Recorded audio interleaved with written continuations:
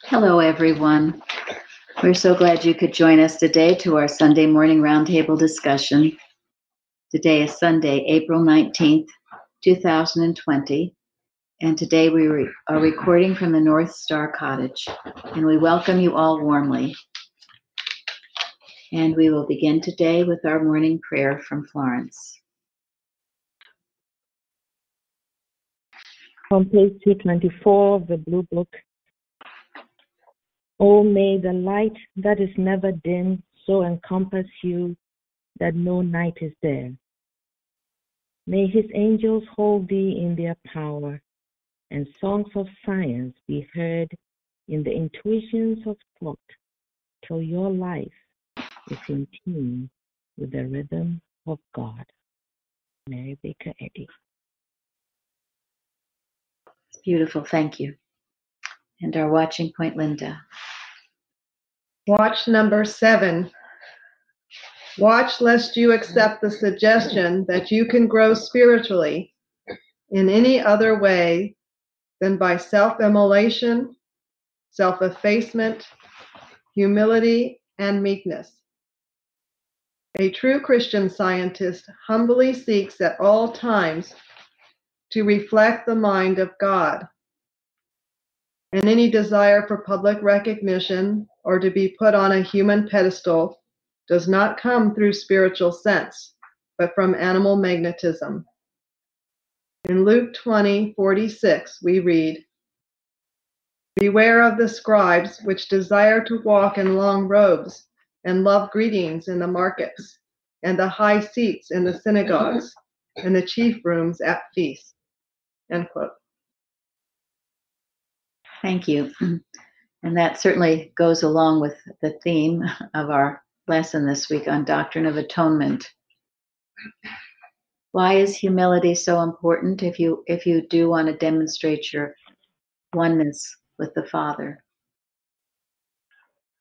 Well, it means to desire no will but God's, to put aside all thought of being separate. That at one means all desire, all that I have, all that I am is because of God, not any self-achievement or it's just giving everything over to God and not having any sense of that you can do anything without God, giving everything to Him. And I've also, sometimes I've caught myself, it's been that being even a Christian Scientist or, being a student, sometimes one thinks they're morally superior because of, and I have to check myself sometimes. Do I really feel that because I'm studying this science? So I have to check that every once in a while too, make sure I don't think that. Thank you very much. That's in the story this week about the Pharisee and the Publican. And it's easy to think, oh, well, I'm not the Pharisee. But many Christian Scientists do have this attitude that they're better because they know something that someone else doesn't know. Mm-hmm. And how erroneous is that? And I too check myself frequently. We can't just think we're above we're above being the Pharisee. There we go again. And that is why Jesus rebuked the young man who went up to him and called him good master. He saw a person other than God and called him good master. And Jesus had to rebuke him. And that's what we as Christian Scientists need to always keep in mind. I am nothing without God.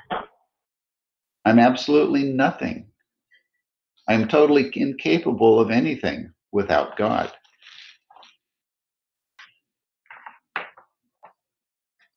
Yeah, that's one beautiful way that Jesus showed forth his oneness with the Father by saying, "There's none good but God." And also, of course, he said, "Who did the works?" Okay. The Father that dwelleth in me, he doeth the works. He was always in a total state of humility, and that is what enabled him to do what he did, to have that dominion that he had, because it came directly from God to him in his humble state of thought. And that's what humility means. It means the recognition that there is no good but God. There is no life but God. There is no truth but God. That's the humility. And it's that humility that has the Father within you, if you will. Otherwise, the Father's not within you. The lesson, also talks about ego. People have this independent ego where they think they are doing something apart from the Father. I saw recently one of our governors who was saying that prayer had nothing to do with the fact that the nameless nothing numbers were going down, that it all had to do with, all the human rules that were put out there, had nothing to do with prayer. Now that's an example of the ego coming out, the secular society. And that is why we are in this testing time right now, because all of this has to be changed, where we are seeing the power of prayer and where each of us are demonstrating our oneness with the Father. That is our individual job at the moment. I thought in every moment, actually. Suzanne wrote in Science and Health the quote from the lesson: "Christ presents the indestructible man whom Spirit creates, constitutes, and governs. Christ illustrates that blending with God, his divine principle, which gives man dominion over all the earth." And what did you say, Suzanne, about blending?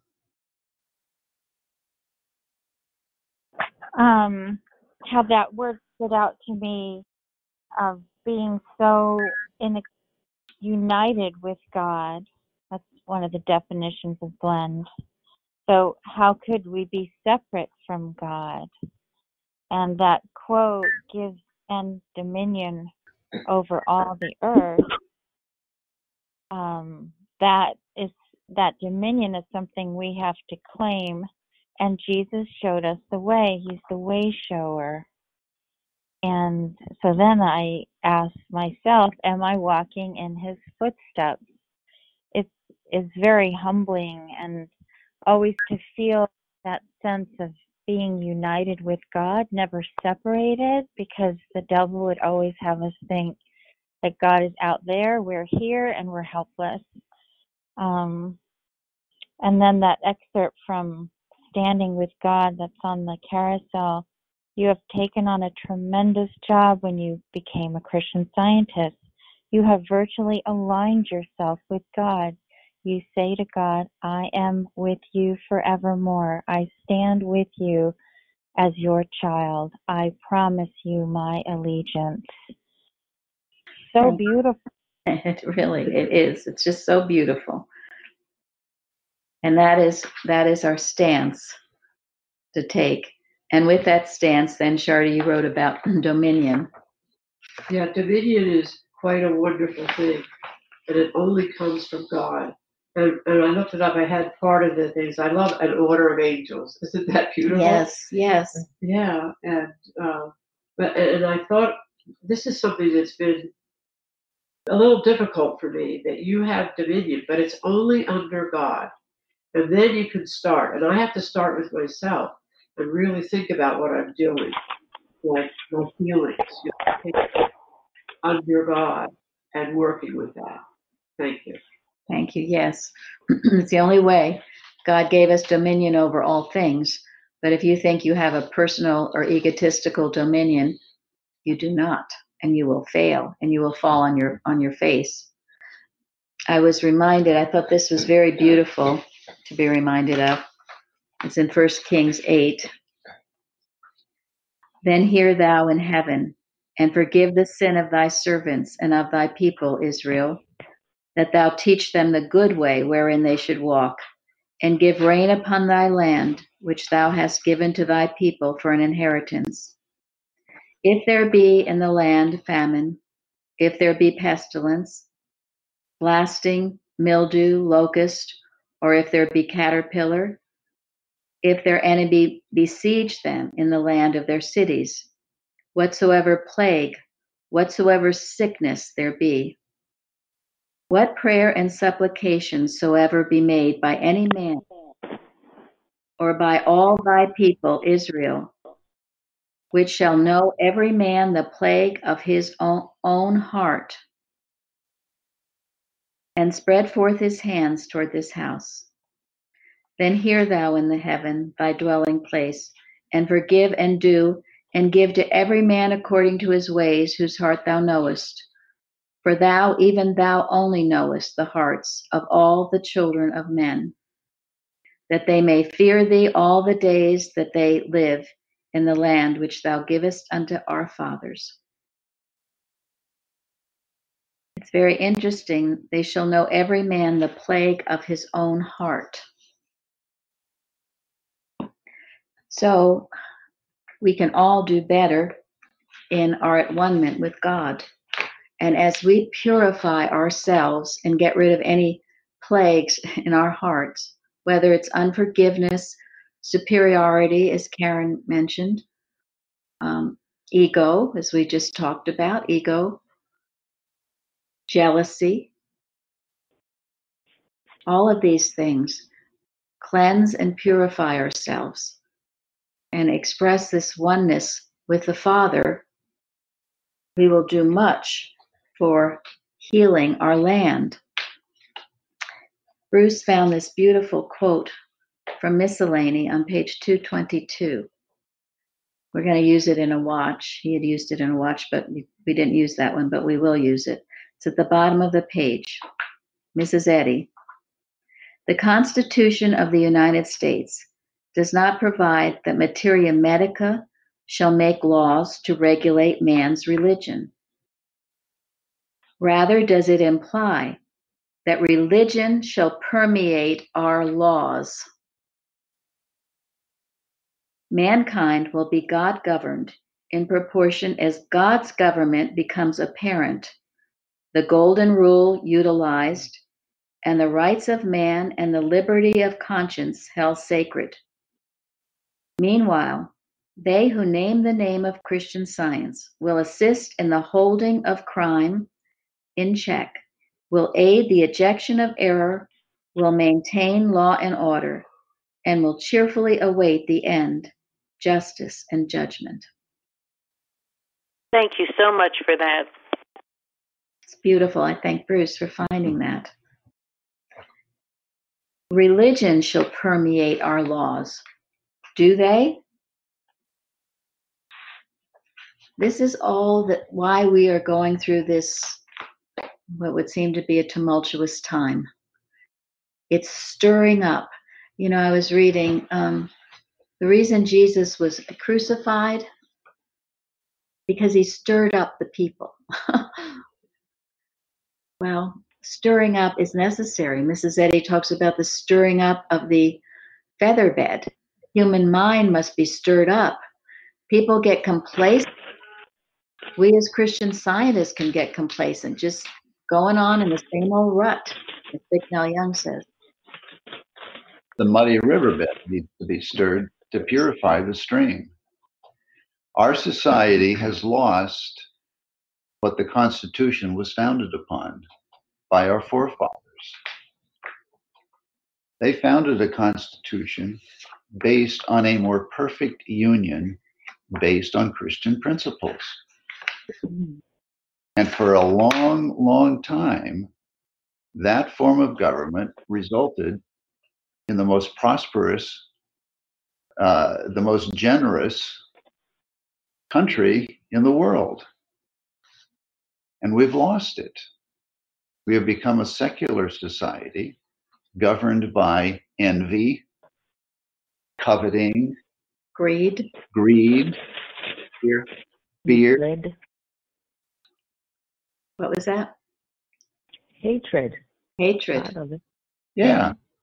Yeah. So all of these ungodlike influences we have allowed. We have allowed the Bible to be taken out of our schools. We have allowed so much that is ungodlike that it needs to be stirred up to be cleansed. And that is all that is going on now. And true Christian scientists will see this clearly, and they will aid in the ejection of the errors that need to be ejected. That is why we have these roundtables. That's why we have these Bible studies. We need to purify, starting with ourselves, but we need to purify our government. We need to purify our churches. We need to purify our communities. We need to be active in this purification process. We need to watch. That's why we watch. We have more and more people now watching every Tuesday, Thursday, and Saturday nights. We've got people signing up for individual watches every day. This is something we must do, or our children and our grandchildren will regret that we didn't do it. And we will deeply regret that we had forgotten our duty to God, forgotten and neglected our duty to God, our leader, and to mankind, a daily duty. So we thank God we have this window to work, and grumbling and complaining about it doesn't help. Or it's very easy, as we just talked about, to say, oh, well, look at all these other people. They don't get it. Look, they're so afraid, they're wearing masks, they're doing this. Well, that is a highfalutin superior attitude. And that's where we put our finger to our lips. That's another malady that's overtaken society, is accusational judgment. Yes, thank you very much. It's another form of hatred, but it needs to be cleansed. Thank you very much. It does. And, and then there is an incorrect old theological concept of the Doctrine of Atonement that says, well, Jesus died for our sins, so we don't have to. He took away our sins, so we're free to do anything we want. Well, sorry, but it doesn't work that way. But that is a prevalent thought in our society, in the world. And those false systems must all collapse. And as we've mentioned many times, these are all false systems. God loves all the people, Catholic, Jew, Christian, all of them, loves them all alike. It's the systems, the false systems that must fail. They must fail because they're godless systems. And I say Christian, the old theology is a godless system. And all of those have to fail. And we have to work because Mrs. Eddy says the enemy is working day and night. Thank you very much. And it would seem to be that. And so it doesn't help to see all these people, afraid or, doing stupid things in government or whatever else we think is going on. Because when we do that, we are fueling the fire. And remember, our dominion is within, isn't it? The world is in our consciousness. So the way we get the world looking correctly is in our own thought, and not to see people outside of God's love, but in God's love. And ready, Mrs. Eddy said, to know daily the world is ready for Christian Science. They're not only ready, many of them practice it in their own way, even though they've never heard the words. So we must, this idea, I'm grateful Karen brought that up, because this idea that we're superior to others is deadly. We are not. We hold our heads very low in humility. And I just wanted to, our Love is a Liberator, they're always wonderful. And I do feel they've taken off since we've gotten this new cover, which is like the cover of the Mrs. Eddy designed for the old journals and sentinels with the two ladies with the lamp.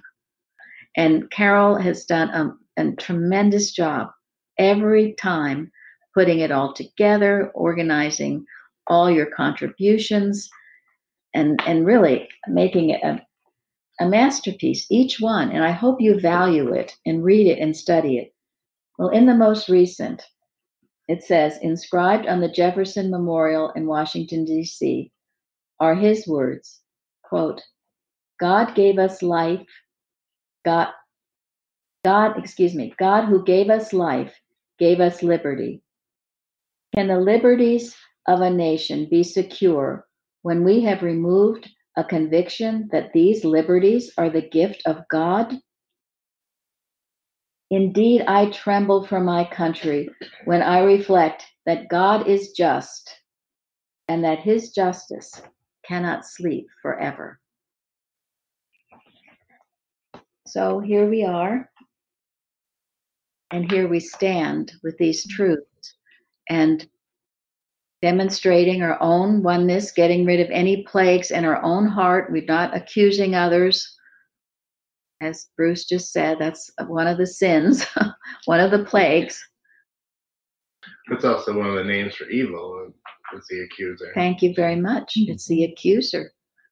And right now, it's just been so prevalent, so easy to get into, pointing fingers. And again, if Florence said a few weeks ago, we do not want things to go back to the way they were.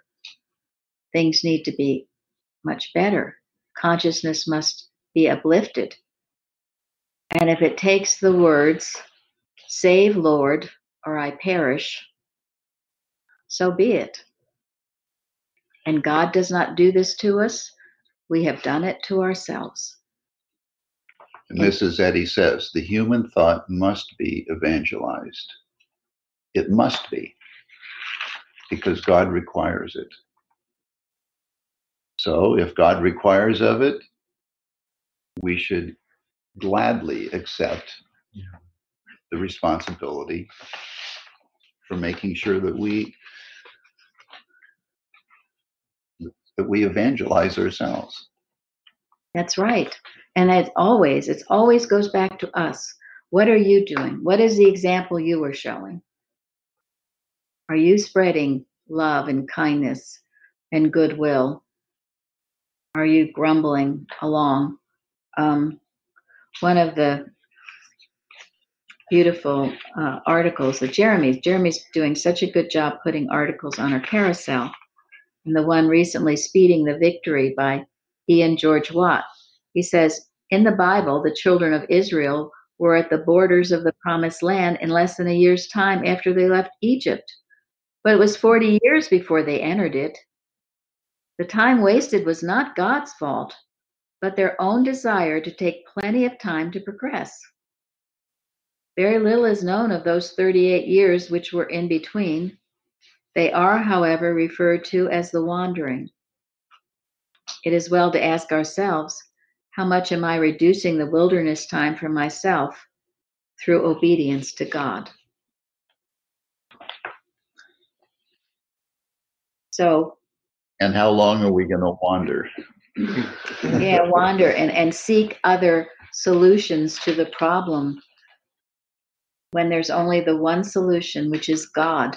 And that, just keep knowing that, and people will find it. And we will have conversions as Parthens. We're going to get into the beautiful story about the sheepdog, but we'll have conversions, as Parthens mentioned in his forum post about Saul to Paul. Why not? Don't label people and think they're evil and will always stay evil according to your judgment. Let's know they're all in the kingdom of heaven now. And if there's reformation to be done, it will be done, just as we've all needed it for our own selves, our own lives. So now, Florence, tell us about your forum, please. Oh, this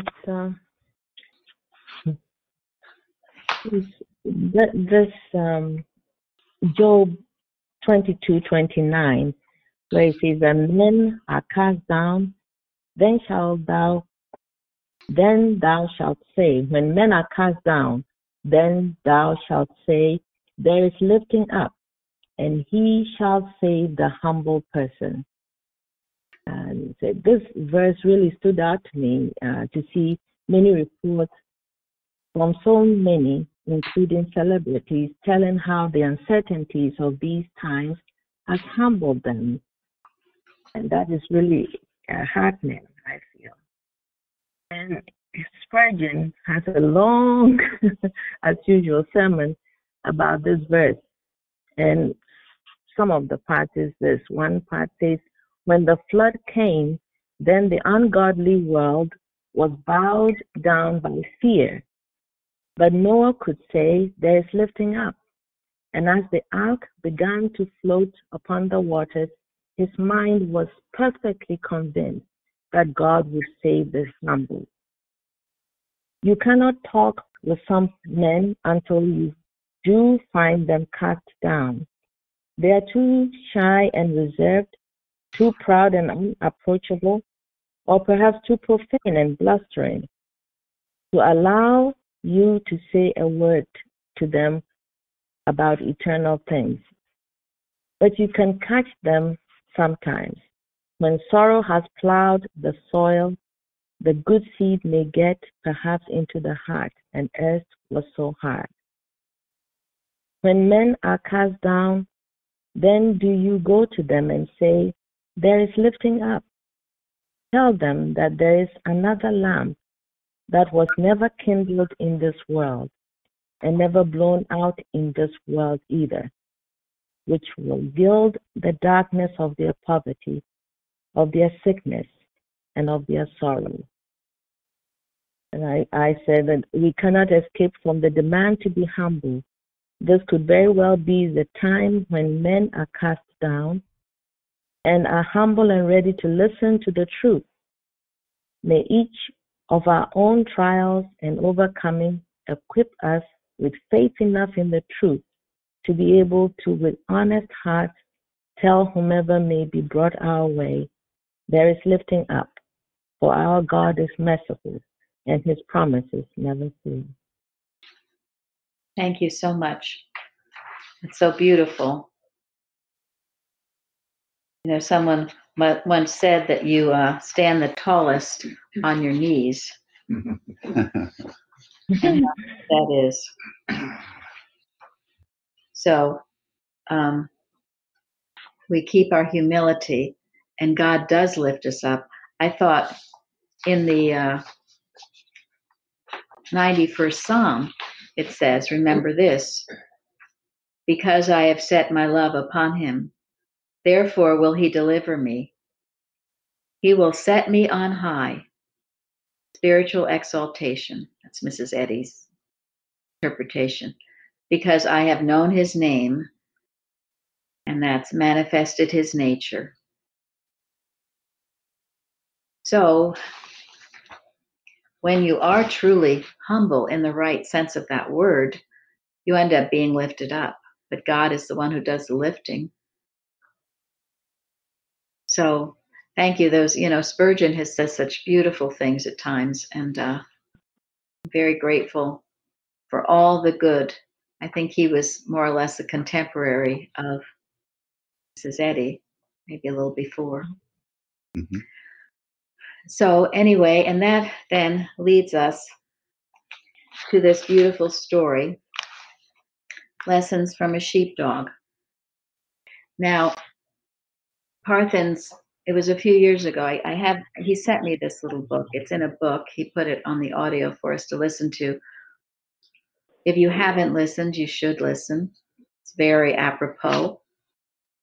And in my book, it says he gave it to me in 2015. And I know we had some roundtable discussions on it, But time goes so fast. I felt like it was just yesterday, but it probably has been a while now.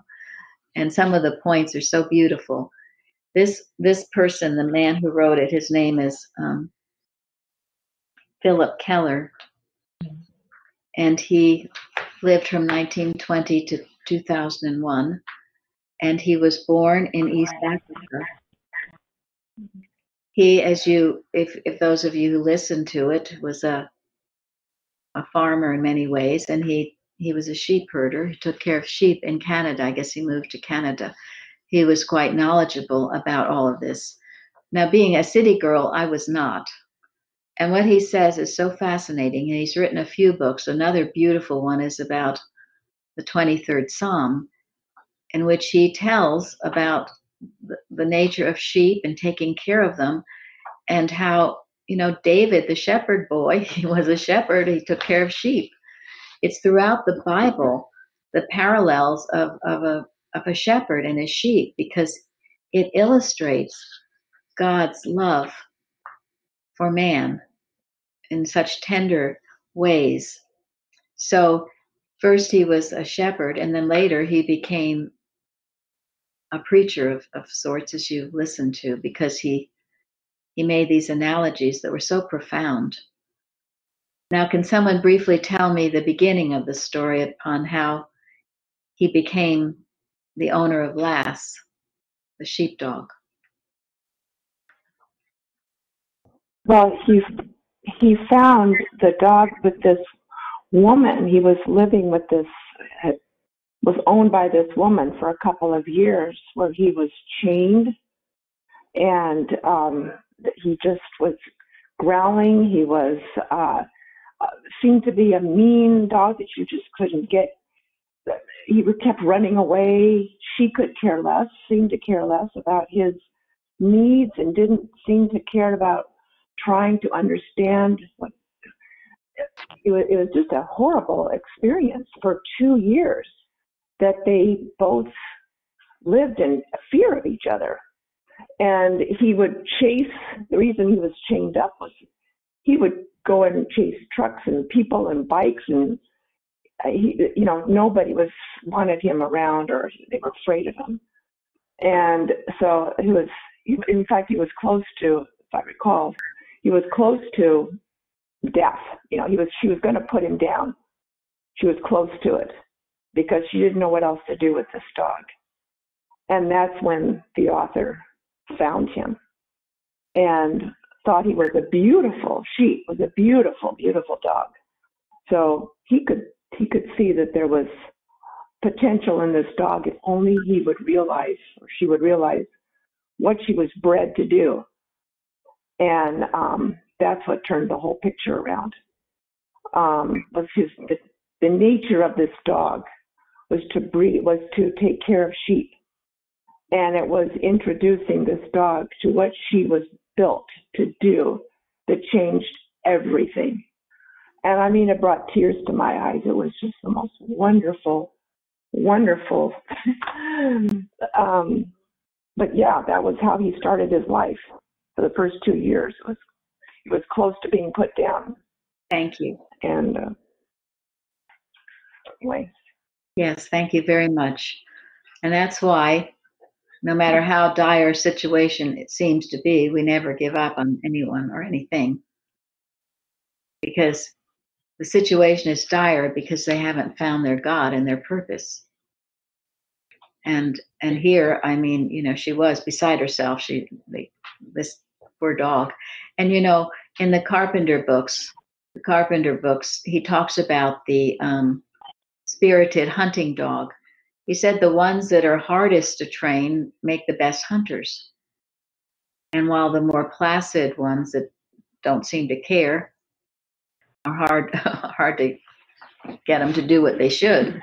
So even though some people seem to be extremely difficult, extremely argumentative, extremely obnoxious, or whatever else, they can end up to be of most use to God if they get humbled. There has to be that period of brokenness.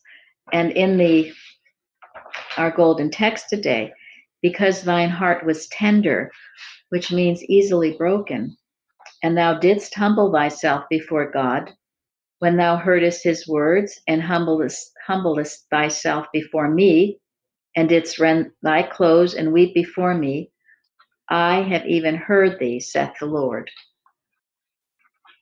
And in the Bible citations, it does mention, if thou seek him, he will be found of thee.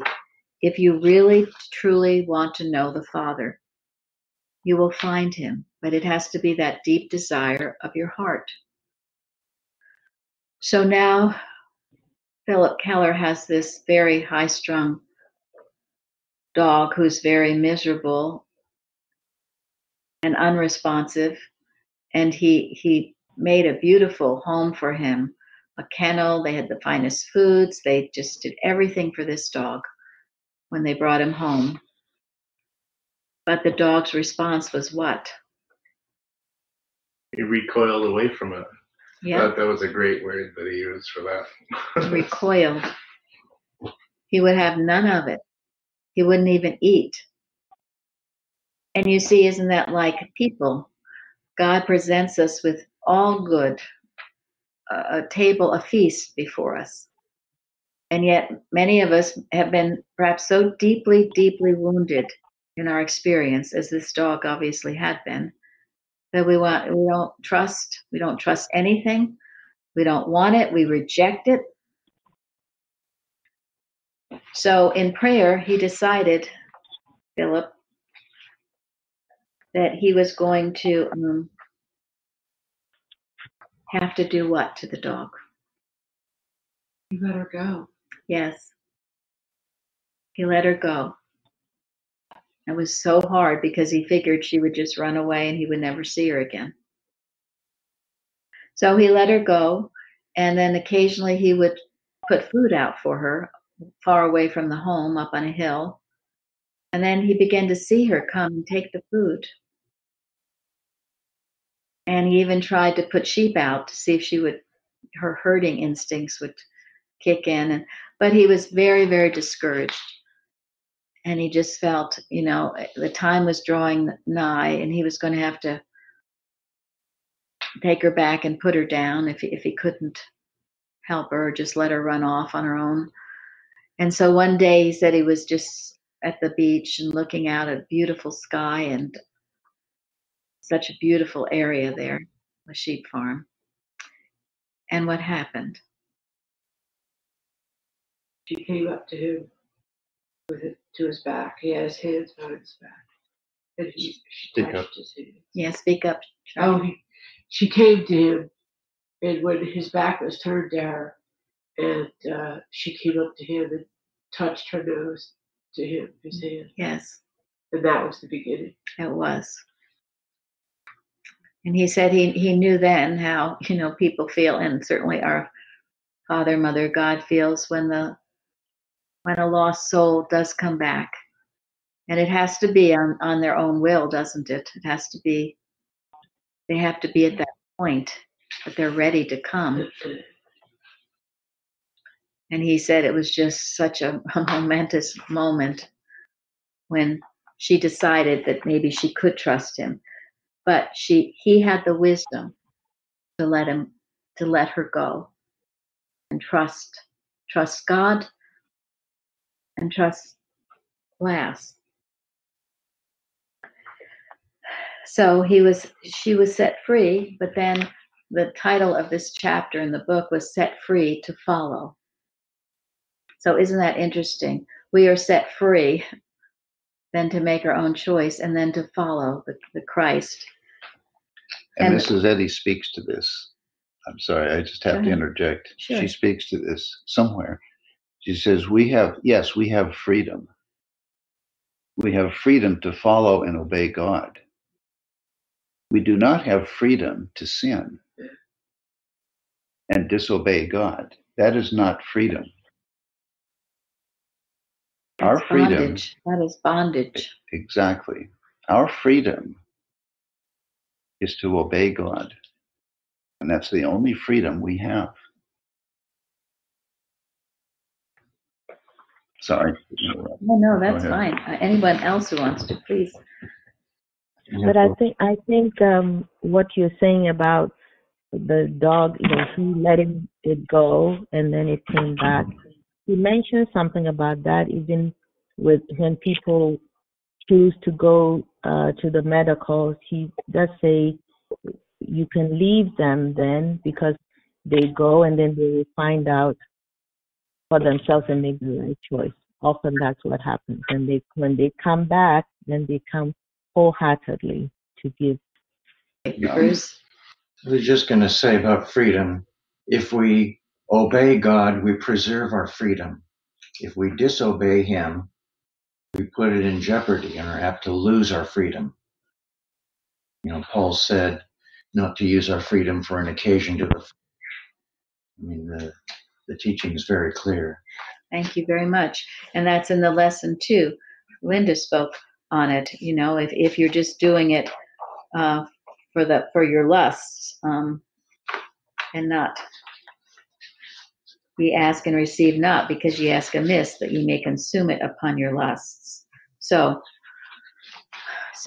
they were free, and everyone is free, and that's why we go through these periods where a godless period where you're forced to your knees.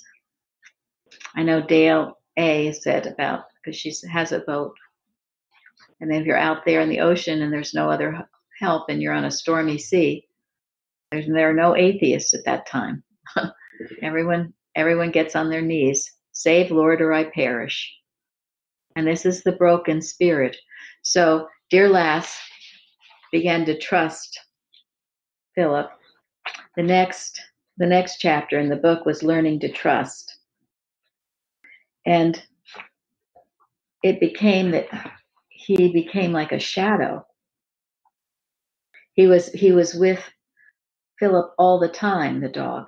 He wouldn't eat unless Philip gave him the food. And he learned to know his voice very, very clearly. And that was the only voice he would command and obey. The command, and then he would obey those commands. Again, likening to our experience with the Father, to get to know his voice and hear his voice intimately, above all other voices, to seek it out. So they were constant companions. And Philip Keller says, faith is my positive response to the word of God, to the point where I act in quiet trust. And he would say with this dog, there were certainly many commands that the dog wouldn't even understand, or why he had to do what he was being asked to do, but he did it immediately without question because he trusted his master so explicitly.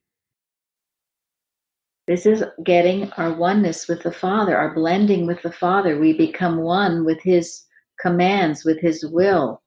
His voice is so in our hearts. And then she was finding the role for which she had been bred and growing in the joy of living as she was intended to live, guided by his continual presence. And that here we are.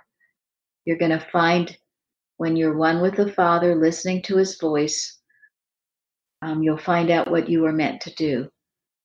And your relationship with God, it doesn't just bless you, which it blesses you mightily. You end up blessing everyone, because that's how God works. And that's how it was with this dog, because in obeying Philip, he helped all the sheep. And Philip said he was just an amazing dog. People came from miles around just to meet him. And that he made that sheep herd into something wonderful. And he also brings out the delight of obedience. That was the next chapter. She loved to obey him and to do his will, whatever that was, lasted. Do we? The Father's will? That psalm, I delight to do thy will. It should be delightful. it said, with the dog, that her eyes sparkled, her tail wagged. She was just absolutely as happy as anyone ever could be, that dog. That's how it should feel when you get in that oneness with the Father. Such a sense of purpose and joy.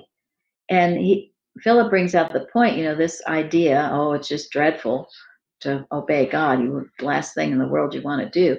He said that is the worst old theological lie there possibly could be. It brings the most tremendous joy. So, and it said she learned to keep Philip in her view and give me her undivided attention. And then he says, we begin to look for God's hand in all the details and events of our days. We become acutely sensitive to his presence. So there you are. She was always, and if she couldn't see him, she would get worried about it. She had to feel his presence, and as should we feel the presence of God. And then the next chapter is test of faithfulness. And one of the most important signals he would give her was the command to stay. He said it was of utmost importance to stay. Now, how often do we get told to stay? And Philip says, the absolute necessity to be quietly steadfast and faithful wherever God places me. Sometimes it's hard. Maybe you don't like where you feel you are. He said he didn't really like. Why was he just being a shepherd? And yet look at all that he gleaned from being a shepherd. But he said if there were times when she would not stay and all havoc broke loose. It's kind of like that story we've had on the carousel about the knights in shining armor and Sir Roland. All the knights, there was a castle they were protecting. All the knights had gone off into the forest with their shields and swords to protect from this horrible, I forget what it was, witch or dragon or something. And Sir Roland had been asked to stay at home in the castle. And he was all bummed out by that. Oh my God, I want to go out in the forest. I want to, take my sword and kill all the giants. I guess it was a giant. Kill the giants. So, but he decided he would stay in his place, not move. And so evidently a giant disguised himself to be an old lady and tried to get into the castle. But Sir Roland had been told not to let anyone in the castle. So he refused. Even though she just was very sweet talking him, he obeyed and he stayed. And then it turned out that the old lady was the giant that all the others had gone out searching for. So his position, staying in that spot, was of more importance than the others who'd gone out. So stay wherever you are. Hold your spot. Hold your position. You don't know how important it is. Everybody's position is important. And if you fail to do it, you might let the giant through. And then it talks about how he loved to chase crows and other things, and how easily we can be distracted with the things of the world. And when Lass would do that, all his energy would be expended on that.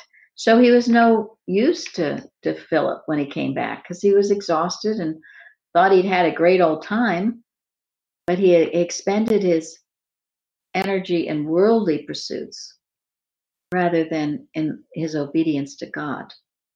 And it was damaging. It was damaging for the flock. And then the next chapter is love and discipline. And he said, as hard as it was, the times when Lass wasn't good, he required to be disciplined. And he refers to Hebrews 12, whom the Lord loveth, he chasteneth. Ding, ding. Okay. Well, We all know what discipline is like. And and he would feel bad at first, but then when they would restore each other's love, there was nothing greater or better. And then just briefly, the ending. Do I have time, Jim? Absolutely. Because we don't have to do things. Okay. This dog lasts, the last chapter was available for anything. And it said, never once did she hesitate to hurl herself in the toughest tangle to gather up the flock. And they would sometimes go out in dark, difficult times when there were poachers or cougars or other things out there. And during those toughest hours, Philip says, the master is closest to us. He cares profoundly. We need not be alarmed or anxious. He is with us. And he felt that so much with Les when they would go out together on those dark nights, that even in the most difficult times, God was with him. So this is demonstrating our oneness in a very beautiful analogy with this dear sheepdog. So thank you all for joining. We will end today with, again, Speeding the Victory by Ian George Watt.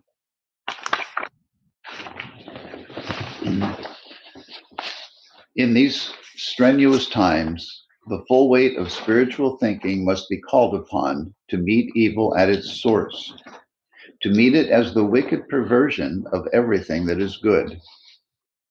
To be safe, we must listen and know definitely and forcefully each day that God good is everywhere, and that he governs and controls our thinking, and that no other control can exist or operate. Every true thought that man has comes from God, and anything unlike God, whether it is a fallen sparrow or a war, can be proved to be unreal and powerless, since they have no place in his universe. The thing called aggressive mental suggestion is a lie, nothing claiming to be something. It is no thing, nothing. It has no father, no mother, no source or origin. It has no law to operate under, nor any substance to manipulate. As a logical conclusion, we can know that evil, having no source or cause, can have no effect, no result, no planned action, no substance for expression, no evidence, no reality. We can't afford to be stragglers, for that would only lengthen the struggle.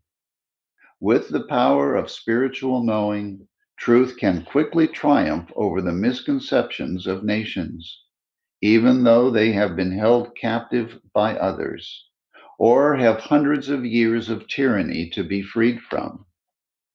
God's laws of perfection, peace, and freedom apply to everyone, everywhere, just as surely as they apply to us individually. Our duty to God is to acknowledge him as the only presence and power. From this obedience comes our ability to do our duty to humanity and to hasten the dawn of universal and enduring peace. Quote, for the elect's sake, whom he hath chosen, he hath shortened the days. End quote. That's from Mark. Thank you all for joining us. Thank you so much. Thank you. Thank you. Thank you.